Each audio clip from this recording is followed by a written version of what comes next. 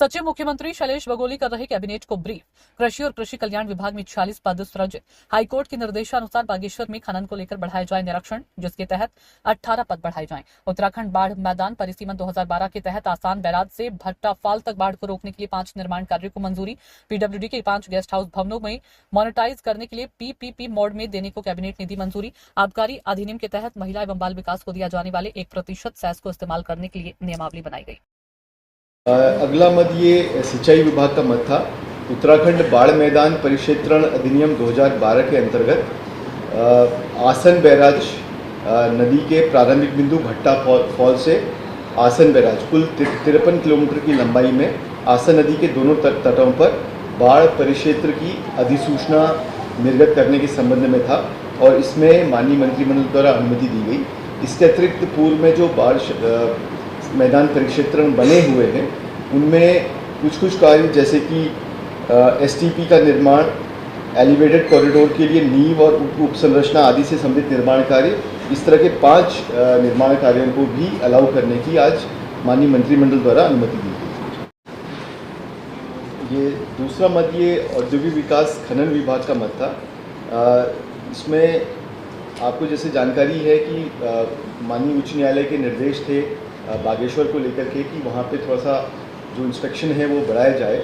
इसी के क्रम में विभाग द्वारा कुछ अपने पद जो ज्येष्ठ खान अधिकारी के हैं या भूवैज्ञानिक के हैं, वरिष्ठ खनिज पर्यवेक्षक के हैं, खनिज पर्यवेक्षक के हैं, कुल 18 पद इस तरह से बढ़ाने पे आज माननीय मंत्रिमंडल द्वारा सहमति दी गई। इसमें उत्तराखंड बाढ़ मैदान परिक्षेत्रण अधिनियम 2012 है, जिसमें फ्लड प्लेन जोनिंग जिस अधिनियम के तहत की जाती है। तो इस फ्लड प्लेन जोनिंग के लिए जो आसन नदी है, आसन नदी के प्रारंभिक बिंदु भट्टा फॉल से आसन बैराज तक कुल लगभग 53 किलोमीटर की लंबाई में जो फ्लड प्लेन जोनिंग का पूर्व में अधिसूचना हुई थी, उसमें आपत्तियां आदि मांगी गई थी, उसका अंतिम नोटिफिकेशन करने के लिए आज विभाग माननीय मंत्रिमंडल में आया था। उसमें माननीय मंत्रिमंडल द्वारा उसको फ्लड प्लेन जोनिंग को अनुमति दी गई। इसके अतिरिक्त जो पूर्व में देहरादून में जो फ्लड प्लेन जोनिंग की गई है रिस्पना बिंदाल आदि में, उसमें निम्नलिखित कार्य किए जा सकेंगे, ये भी आज अनुमति दी गई। एसटीपी का निर्माण कार्य इस फ्लड प्लेन जोन के अंतर्गत, एसटीपी का निर्माण कार्य, रोपवे के टावर का निर्माण कार्य, मोबाइल टावर का निर्माण कार्य, हाई टेंशन की विद्युत लाइन विद्युत ट्रांसमिशन के टावर को बनाने के लिए और एलिवेटेड कॉरिडोर जो बनना है उसकी नींव और जो उसकी उप संरचनाएँ हैं उसको बनाने के लिए आज माननीय मंत्रिमंडल द्वारा अनुमति दी। एक नियोजन विभाग का प्रस्ताव था जिसमें पीडब्ल्यूडी द्वारा ये प्रस्ताव किया गया था कि उनके जो 5 निरीक्षण भवन हैं, उनका मैं नाम अलग से बता दूंगा, 5 निरीक्षण भवन हैं, उनको मोनेटाइज करने के लिए पीपीपी मोड में उनको डेवलप करने के बारे में यूआईआईडीबी को प्रस्ताव उनके द्वारा दिया गया था। तो इसको काम को आगे बढ़ाने के लिए यूआईडीबी के माध्यम से आज माननीय मंत्रिमंडल द्वारा अनुमति दी गई।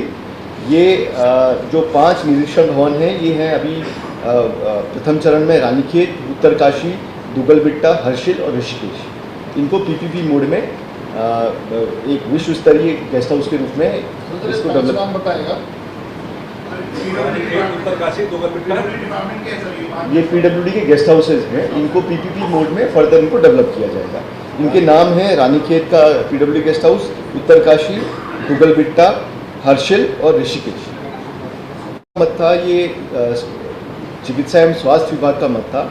इसमें हमारे जो परा चिकित्सा स्नातक पाठ्यक्रम यानी कि जो पैरामेडिकल के कोर्सेज हैं उसके लिए उत्तराखंड परा चिकित्सा अधिनियम 2009 और परा चिकित्सा डिप्लोमा पाठ्यक्रम में तो स्टेट मेडिकल फैकल्टी का वर्तमान में प्राविधान है।